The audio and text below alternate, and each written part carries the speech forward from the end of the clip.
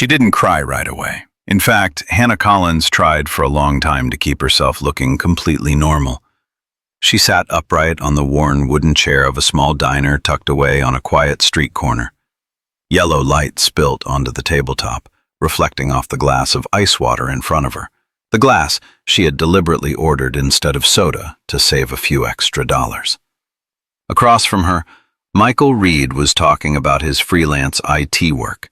He smiled gently, his voice low and warm, the kind of voice that made people feel safe just by listening.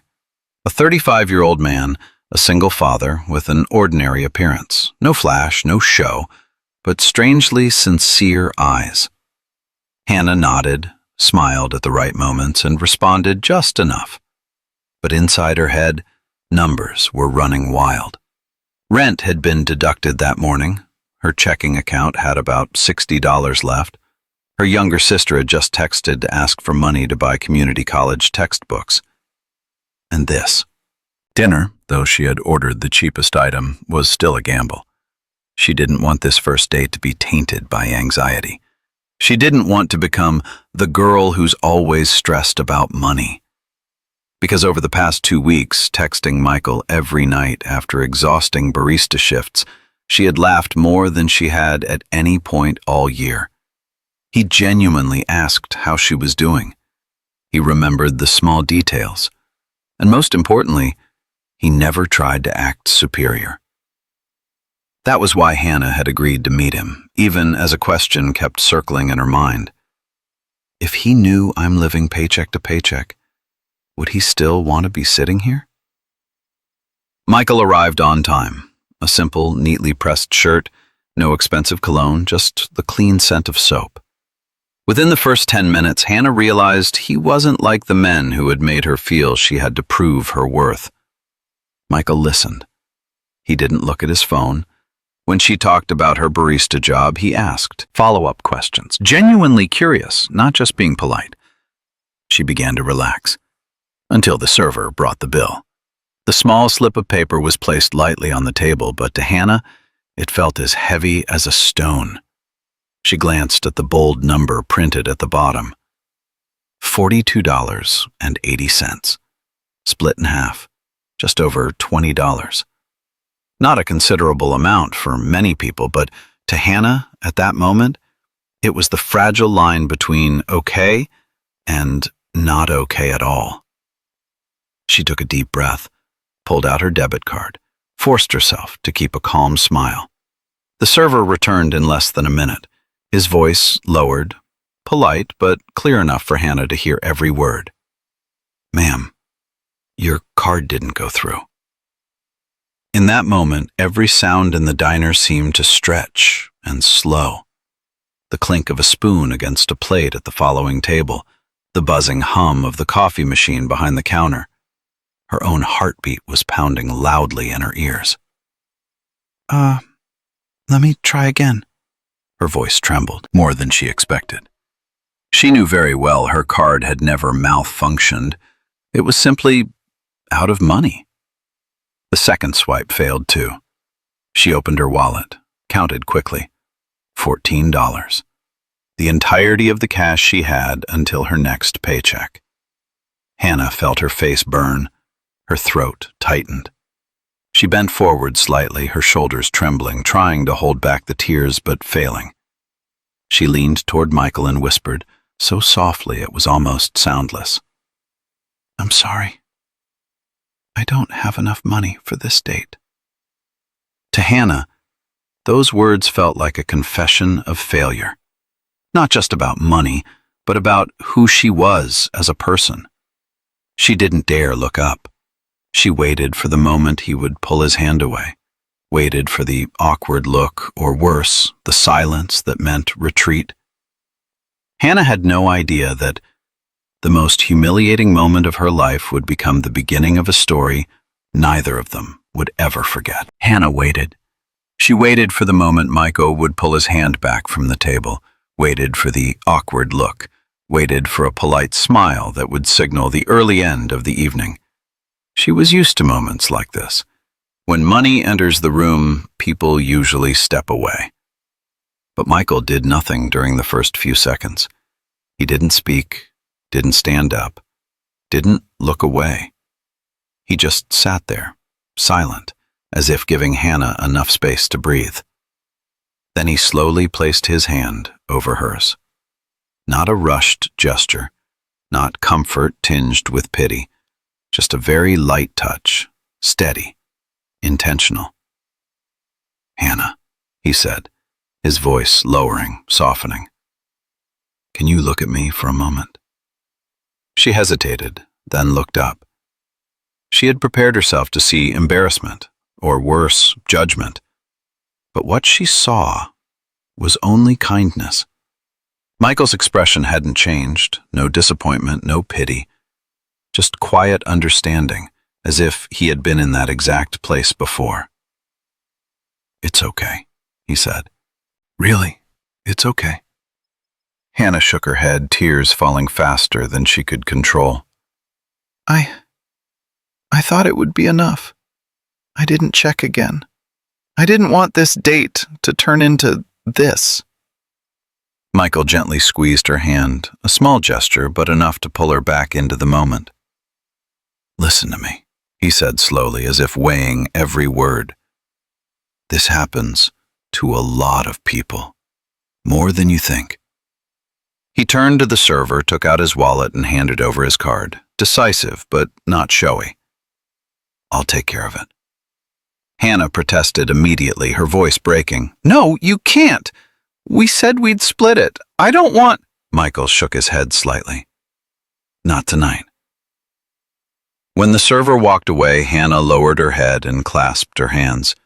The embarrassment was still there, heavy in her chest. "I hate this feeling," she said quietly. "It feels like I just exposed the worst part of myself." Michael was silent for a moment, then exhaled and leaned back in his chair.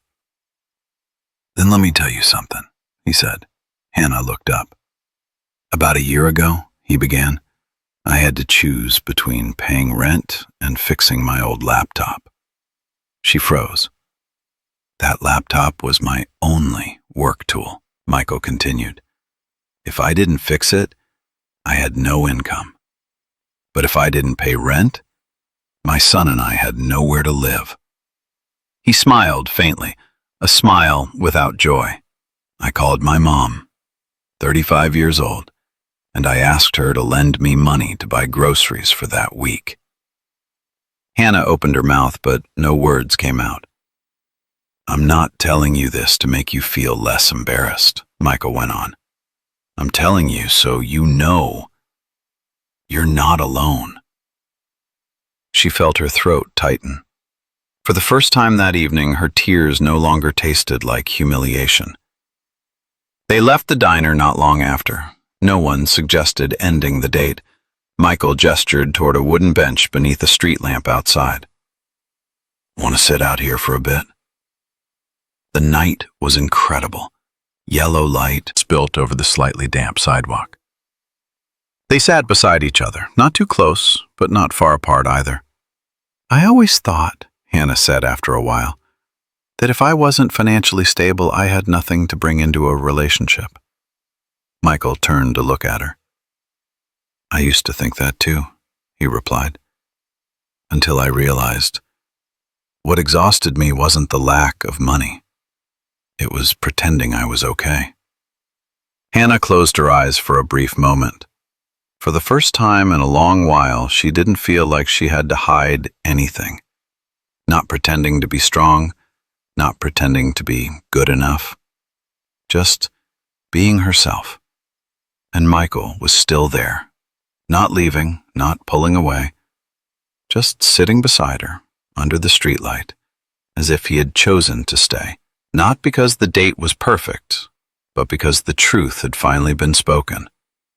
Hannah didn't know what the future would look like. She didn't know if they would have enough money for more dates or for anything else. But in that moment, she knew one thing very clearly. There are people who, when they see you at your lowest point, don't turn away. They pull a chair a little closer. And sometimes, that is the true beginning of a story. They didn't speak right away. After leaving the diner, Hannah and Michael sat on the worn wooden bench beneath a street lamp. Yellow light spilt onto the sidewalk, bright enough to see each other's faces clearly, yet soft enough that neither of them felt examined or exposed. The night air carried the faint, damp scent of the city after the late afternoon rain. Hannah tugged her sweater sleeves down slightly, more out of habit than from the cold. There was still a hollow feeling in her chest, not because of the money anymore, but because of the fear she had just spoken out loud. Michael was the first to break the silence. "Do you know why I don't think what just happened was the worst thing?" he asked, his voice low and slow. Hannah shook her head. "Because tonight, for the first time, I saw you not trying to be a different version of yourself." She turned to look at him, slightly caught off guard. "During the 2 weeks we were texting," Michael continued, "you were always cheerful, thoughtful, and strong. But tonight, you showed me who you really are. And that," he paused, thinking, "is far more real." Hannah swallowed. "I'm not used to letting people see me like that," she said. "I always thought, if I wasn't okay, then at least I had to look like I was." Michael let out a soft laugh. "I think a lot of people in this city are living that way." They sat a little closer without either of them making a conscious move, the distance simply shrinking naturally as the conversation deepened. Michael told her about mornings when he woke up early to make breakfast for his son, about checking his bank account before every trip to the grocery store, about the helpless feeling of medical bills continuing to arrive even though the person who needed treatment was no longer there. "There are days," he said, "when I think that if I made more money, everything would feel easier. But then I realized money doesn't fix the loneliness of carrying everything on your own." Hannah listened without interrupting, without trying to comfort him. She listened, just as he had listened to her. When it was her turn, she told him about long shifts at the cafe, about standing behind the counter making drinks while her mind was consumed by rent, about the guilt she felt every time she had to say no to herself because she couldn't afford even the most minor things. "I used to think," Hannah said quietly, "that love was something meant only for people who already had their lives together. And me, I always felt like I was patching things up." Michael turned to her, his expression serious. "I don't believe that," he said. "I think real love is for people who are trying, people who aren't perfect but don't give up." The words didn't sound like a promise. They felt like a truth that had finally been named. Hannah felt something inside her soften. Not because all her problems disappeared, but because she no longer felt like she had to carry them alone. They talked for a long time after that. No grand plans, no distant promises, just ordinary pieces of life, unpaid bills, postponed dreams, and small joys that still tried to slip into the narrow spaces of everyday survival. When the clock on Michael's phone showed it was nearly 9 o'clock, he stood up first, brushing a bit of dust from his pants. "I don't want tonight to end in a rushed way," he said. "But I also don't want you to think this date was a mistake." Hannah stood up as well, her heartbeat calmer than before. "I don't think that either," she replied. "Actually, I think this might be the most real date I've ever had." Michael smiled, a smile without tension, without hesitation. "Then," he said, "next time, we'll do something that doesn't cost money. A walk, or sitting in a park. No pressure." Hannah nodded, a warm feeling spreading through her chest. In that moment, she didn't know how far this relationship would go, but she knew she had just crossed an important line, the line between trying to be loved and being loved for who she truly was. And sometimes, a story doesn't begin with something grand. It starts with two people, sitting side by side, no longer pretending that they're okay. Their second date didn't take place in a restaurant. There were no warm lights, no leather-bound menus, and no bill placed face down on the table. Instead, it was a softly sunlit Saturday afternoon at a public park a few blocks from downtown, a place people without big plans often go to breathe. Hannah arrived early. She carried a small paper bag containing a few muffins left over from her morning shift. Muffins that hadn't sold but were still fragrant and warm. She had hesitated for quite a while before bringing them, afraid they might seem too frugal. But then she told herself, "This is who I am." And if she had to start hiding again, then everything from the night before would lose its meaning. Michael showed up with a thin blanket and 2 to-go cups of coffee. Not expensive coffee, just the kind he brewed at home and poured into an old thermal mug. "I wasn't sure if you drink your coffee black or with milk," he said, a little awkwardly. "So I brought both." Hannah laughed. "Thank you for the very real-life preparation." They spread the blanket beneath a tree where the shade felt just right. There was no server. No one is checking the time. No one is calculating how much their share would be. They ate muffins, drank coffee, and talked about things that didn't need to be perfect to be shared. Hannah talked about the regular customers at the cafe, people who always ordered the same drink, as if the world needed at least one thing that never changed. Michael talked about his son, how the boy was learning to tie his shoelaces, and the small sense of pride that came with a morning that didn't end in being late for school. No one tried to impress the other, and that was precisely what made the date different. In the days that followed, they kept seeing each other in much the same way. No elaborate plans, no expectation of having to be worthy of each other's time. They walked around the neighborhood, stopped by the public library, and visited free weekend exhibitions. Some days, they sat on the front steps of Michael's apartment, sharing a bag of chips bought from a convenience store. Hannah began to notice something strange. She laughed more on these dates that didn't cost money, than on any of the fancy evenings she had once tried so hard to belong to. No more fear of a declined card. No more pressure to order something appropriate. No more feeling like she was spending money to prove she deserved to be there. One evening, as they sat on the old couch in Michael's apartment watching a movie they had both seen at least twice before, Hannah suddenly said, "I used to think that if I couldn't give someone a comfortable life, it was better not to start at all." Michael didn't turn to look at her right away. He just adjusted the pillow behind his back. "I used to think that if I couldn't handle everything on my own, then I had failed," he replied. "But then I realized some things aren't meant to be done alone." The words weren't spoken like a declaration. They were released into the space between them, soft, but enough to make Hannah feel her heart stir slightly. She began to sense a very different kind of safety.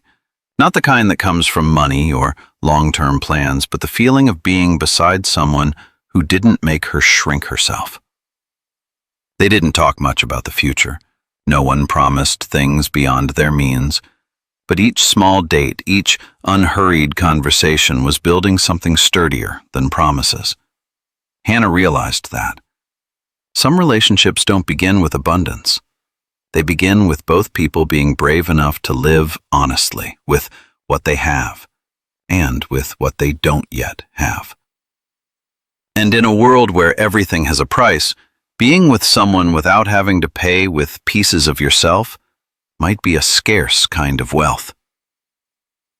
Their dates didn't leave behind receipts, but they left behind a feeling that happiness, sometimes only, needs the right person, and nothing more than that. Everything began to change on a very ordinary Saturday morning. Michael asked Hannah a simple question as they washed dishes in his small kitchen, sunlight slanting through the window. "Next weekend, would you like to meet Noah?" Hannah froze for the length of a single breath. She didn't drop the plate in her hands. She didn't panic. She nodded very slightly, as if it were completely natural, but inside a heavy feeling began to spread. Meeting his son. That was entirely different from walks, muffins, or evenings watching movies on an old sofa. Meeting Noah meant stepping into a part of Michael's life that didn't allow for easy retreat if things became difficult. "I only want to do this if you feel ready," Michael added, as if he had sensed her extended silence. I want to," Hannah replied, and she truly believed she did. That day, Hannah returned to her small studio earlier than usual. She sat on the bed looking around the familiar room, the old wardrobe, the mirror with a small crack in the corner, the faint scent of coffee still lingering from the morning. She began thinking about tiny things. What would she wear? Should she bring a gift? And if so, what could it be within the limits of a wallet that was always thin? Hannah remembered the times she had felt like an outsider in family spaces. She had never imagined stepping into someone else's life like this, with empty hands, with nothing to prove except sincerity. The meeting took place on a lightly sunlit morning. Noah opened the door with curious eyes, and in the first few minutes, Hannah let out a breath she hadn't realized she was holding. The boy was friendly, full of questions, and seemed unconcerned with who she was, what she did, or how much money she made. They sat on the living room floor, scribbling with short, well-worn colored pencils. Noah laughed easily, and Michael stood in the kitchen occasionally glancing over, his expression softening with every small burst of laughter. Everything was going well. Until Noah blurted out something completely innocent. "Dad, your previous girlfriend used to bring me new toys." The words fell into the room as lightly as a piece of paper. But to Hannah, they felt heavier than anything she had heard in weeks. Michael turned around immediately. "Noah." "It's okay," Hannah said quickly, forcing a smile, even as her chest tightened. But in her mind, an image had already formed. Another woman, perhaps more stable. Someone who could walk into this home with bags full of gifts, with a confidence that came from never having to check her balance before buying something. And her? She came with leftover muffins from her shifts, with free dates, with a heart full of good intentions but a bank account constantly flashing red warnings. That night, Hannah went home in silence. Michael texted to ask if she had gotten back safely. She replied briefly. Polite. Safe. In the days that followed, she began to pull back slightly. Not because she didn't like him, but because she had started to doubt herself. She would see small items in store windows and think of Noah, then look at the price and put them back. She wondered whether her presence was enough when she couldn't bring anything tangible with her. Michael noticed the change, but he didn't ask right away. He was struggling with his own thoughts about work, about responsibility, about whether he was pulling Hannah into a life filled with too many worries. And so, between the simple dates that had once felt warm and easy, a small distance began to form. No one named it, but both of them thought it. It was a fear that was deeply familiar yet rarely spoken aloud, that they weren't enough, not good enough, not stable enough, not enough to stay. And sometimes it is that fear, not money, that tests a relationship the most. The distance didn't arrive suddenly. It crept in slowly. At first, it was just replies that came a little later. More "I'm tired today" messages than plans to meet. Evenings that had once been filled with small conversations now passed in silence. Hannah wasn't intentionally avoiding Michael. She was trying to protect herself. Each time her phone buzzed and his name appeared on the screen, the same familiar question rose inside her, heavier each time. What am I doing here? She was afraid that if she took another step closer, if she let herself grow more attached, she would eventually face the same ending, being compared, being seen as lacking, being looked at with unspoken pity. So Hannah pulled back, very gently. Not enough to draw attention, but enough to create space. Michael felt it. He wasn't the kind of person who noticed every minor change, but he noticed when walks were canceled, when Hannah stopped sending photos of freshly baked muffins, when her voice on the phone sounded more distant, not cold, just less present. He wondered if he had done something wrong. But at the same time, his own world began to wobble. One Monday morning, as Michael opened his email before waking Noah for school, he saw a subject line that made his heart sink. His largest freelance contract, the income that covered most of his living expenses, had been canceled. No long explanation, just paused indefinitely.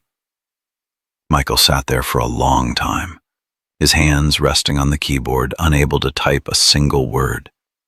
He thought about rent, about Noah's tuition, about how many years he had spent building this work, and how, with one email, everything suddenly felt terrifyingly fragile. He didn't tell Hannah, not because he didn't trust her, but because he was afraid. Afraid he was no longer a man steady enough to stand beside her. Afraid that what he was going through would only deepen her hesitation. Afraid that if she knew he could lose everything, she would choose to leave before it all collapsed. And so, Michael became silent too. He canceled dates, blaming work. He replied to messages more slowly, more briefly. Not because he didn't want to be with Hannah, but because he didn't know how to be with her when he himself felt like a failure. Two people standing at opposite ends of the same bridge, both afraid. Both believed that pulling back was the only way to avoid hurting the other. Noah was the first to notice the change clearly. One morning, as Michael was tying his son's shoelaces, the boy asked, and honestly, "Why hasn't Hannah been coming over lately, Dad?"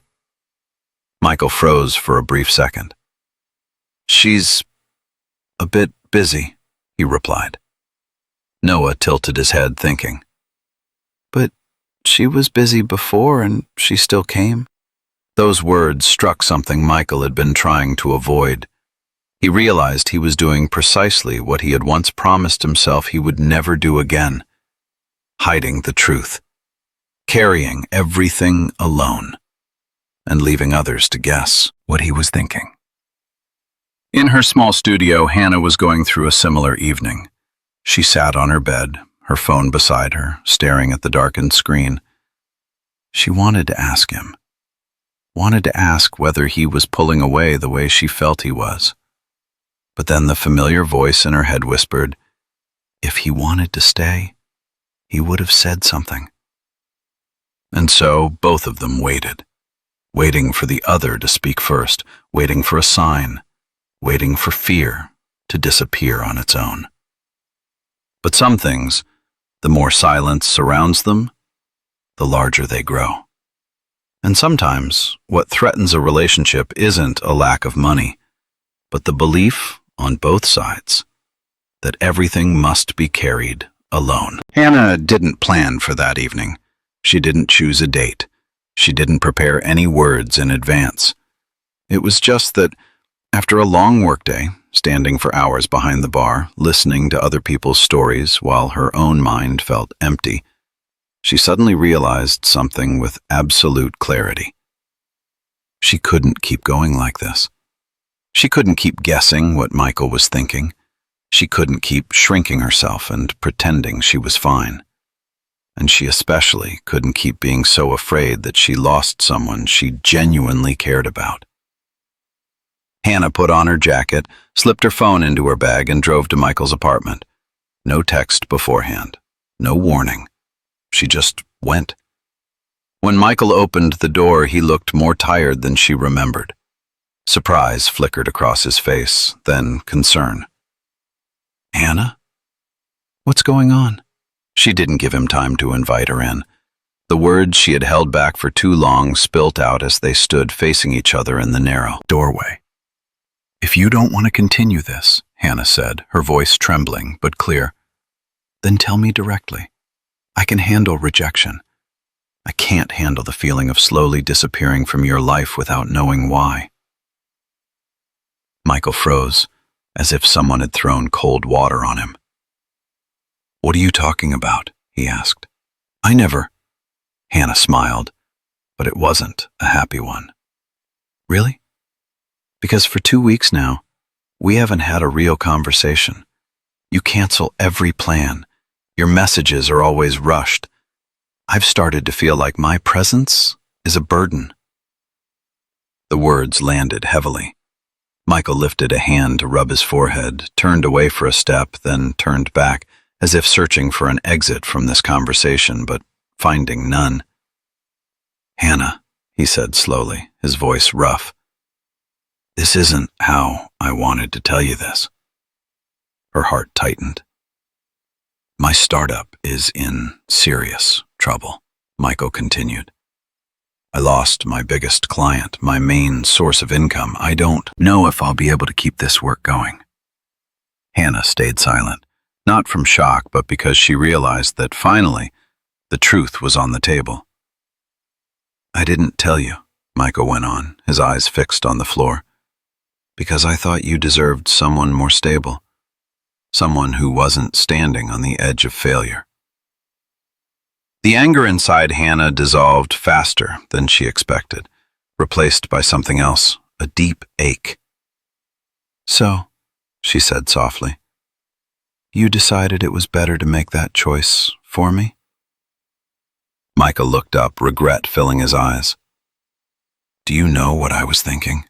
Hannah continued, her voice beginning to crack. "I thought you were pulling away because I wasn't enough.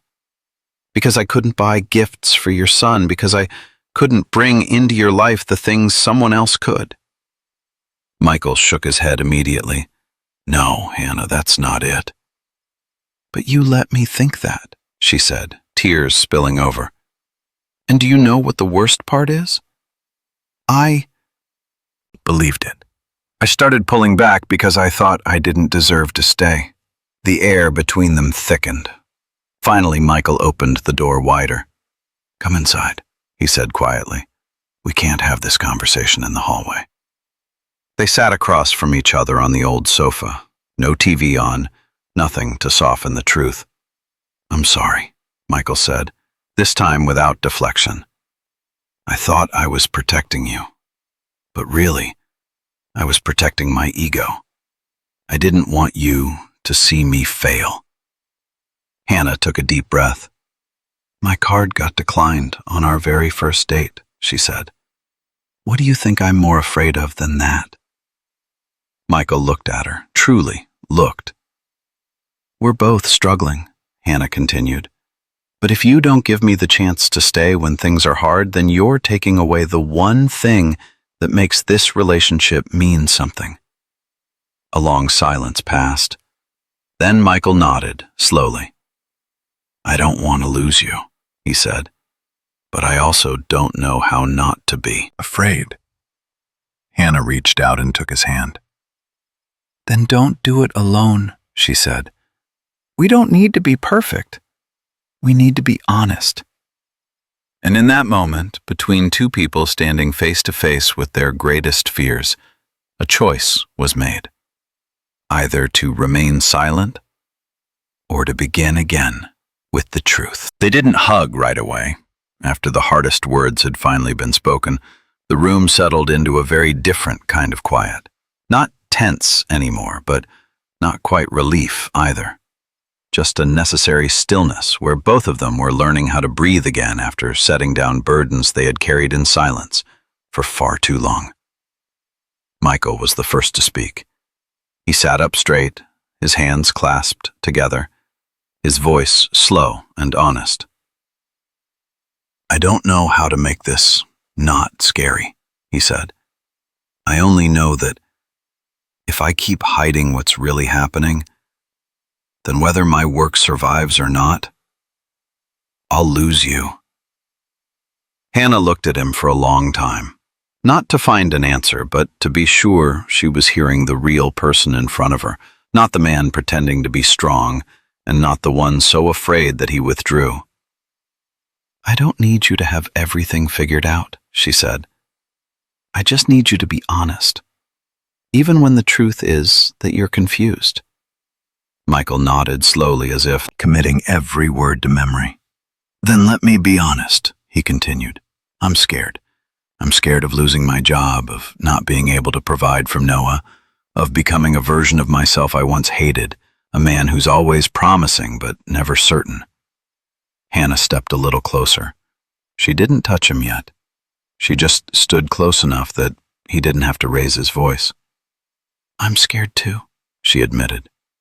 I'm afraid I'm not enough, not stable enough, not enough to step into your life and your son's life. I'm afraid that one day I'll be placed beside someone else and lose simply because I don't have more. Michael turned to look at her. His eyes softened. Do you know what makes me stay? He asked. Not what you can give me, but the fact that when I'm with you, I don't have to pretend everything is okay. Hannah felt warmth spread through her chest, not the kind that comes from grand promises, but the feeling of being seen exactly as she was. They sat down next to each other on the sofa, no longer facing each other like during the argument, but side by side, like two people looking in the same direction, even though the road ahead was still unclear. So, Hannah said after a moment of silence, how do we do this? Michael thought for a long time. Then he spoke, not quickly, not with absolute certainty, but truthfully. We start by telling each other when money makes us anxious, when work makes us panic, when we feel like we're about to pull away. He turned to her, and we figure things out together, instead of each of us carrying everything alone. Hannah nodded. I can do that, she said. Being honest with you is much easier for me than trying to pretend I'm someone else. Michael tilted his head and let out a small smile. Then maybe we should accept one thing. What? That we might be poor for a while, he said. Not the romantic kind of poor, the kind that requires budgeting, sacrifice, and saying no to things we want. Hannah was silent for a few seconds. Then she smiled, a smile without anything flashy, but steady and sure. I'm not afraid of being poor, she said. I'm just afraid of being poor alone. Michael exhaled, as if setting down an invisible weight that had been pressing on his shoulders. Then, if we're poor, he said, his voice lighter, let's be poor together. Hannah rested her head against his shoulder, not to seek support, but as a natural gesture of choice. Together, she replied. From the staircase came a minimal sound, careful footsteps trying to be quiet. Then Noah's voice drifted down, a whisper that couldn't quite hide its excitement. Dad, does that mean Hannah will come over again? Michael laughed and turned toward the stairs. Yes, he said. She will. Hannah followed his gaze, and in that moment she understood something important. Not because everything had been solved, not because fear had disappeared, but because, for the first time, they had both chosen to stay, with the truth, with each other, and with a life that wasn't perfect, but it was real. Their lives didn't change overnight after that evening. There was no miracle, no sudden money, no promise that everything would be easy from then on. But one thing was different. They began talking to each other more, not about distant dreams, but about particular things. About this month's electricity bill, which kind of rice was cheaper to buy, about how much they could save each month if they canceled a small subscription service. Hannah taped a small piece of paper to the refrigerator in Michael's apartment. On it were messy lines written in marker. Things that must be paid. Things that can wait. Michael looked at that paper every morning before waking Noah up. Not to worry, but to remember that he no longer had to manage everything alone. They made a simple spreadsheet, not to control each other, but because both of them had learned the same lesson. Ignoring money doesn't make it disappear. And there was a strange kind of intimacy in sitting beside the person you love, looking at numbers together, admitting that some months would be more complex than others. Michael still stayed up late many nights, sending emails, searching for new clients, and revising project proposals. But now, when he was exhausted, Hannah didn't just ask, "Is everything okay?" She asked, "How can I help?" Even when the help was nothing more than a cup of hot tea and a reminder to go to bed earlier. Then, one weekday afternoon, Michael's phone rang. He answered with the familiar mindset of someone used to hearing rejection. But the voice on the other end wasn't an apology. It was an offer. Not big, not groundbreaking, but steady. When he hung up, he stood still for a few seconds, as if afraid that if he moved too quickly, the moment would disappear. "I've got work," he said, his voice rough. "Nothing huge, but enough that I don't have to shut this down." Hannah didn't speak right away. She stepped forward and wrapped her arms tightly around him. Not a celebratory hug, but a hug of relief, like finally coming up for air after holding your breath for too long. Noah ran out of his bedroom, not fully understanding what was happening, only knowing that his dad was smiling. He hugged his father's legs, and Hannah bent down, wrapping her arms around both of them. On another evening, it was Hannah's turn to come home with a very different kind of nervous energy. Her manager had called her into the office. She had prepared herself for every possibility, even the worst, but what awaited her wasn't a reprimand. It was an offer for more shifts, more responsibility, a few extra dollars per hour. And for the first time in a long while, Hannah sat down because she needed a moment to breathe. A few dollars an hour doesn't make anyone rich, but for Hannah, it was the difference between counting every single dollar and breathing just a little slower. That night they didn't go out. They cooked at home. Michael bought pasta that wasn't the cheapest option. Hannah brought home a cake with a misprinted label, unsellable but still delicious. They ate at the small table, laughing about trivial things. Noah was allowed to stay up later than usual. There was no wine, no candles, but there was the feeling that they had just gotten through something, not at the same time, but together. Hannah looked at Michael and suddenly realized an elementary truth. Their lives still had many worries. They still had to calculate, still had to choose, still had to say no to things other people took for granted. But now, those worries no longer looked like despair. They looked like problems, hard ones, but solvable, because two people were looking at them together. Not every victory needs fireworks. Some victories are sleeping a little better, laughing a little more, and believing that tomorrow, even if it isn't richer, won't be lonely anymore. And sometimes, that is enough to keep going. They didn't become rich in the way people usually mean it. There was no turning point where everything suddenly became abundant, no soaring bank balance, no feeling of everything is fine now. Hannah and Michael's lives continued as they always had. Rushed mornings, bills arriving right on time, small decisions that still needed careful thought before saying yes. But something had changed, quietly and steadily. They stopped seeing money as a measure of their worth.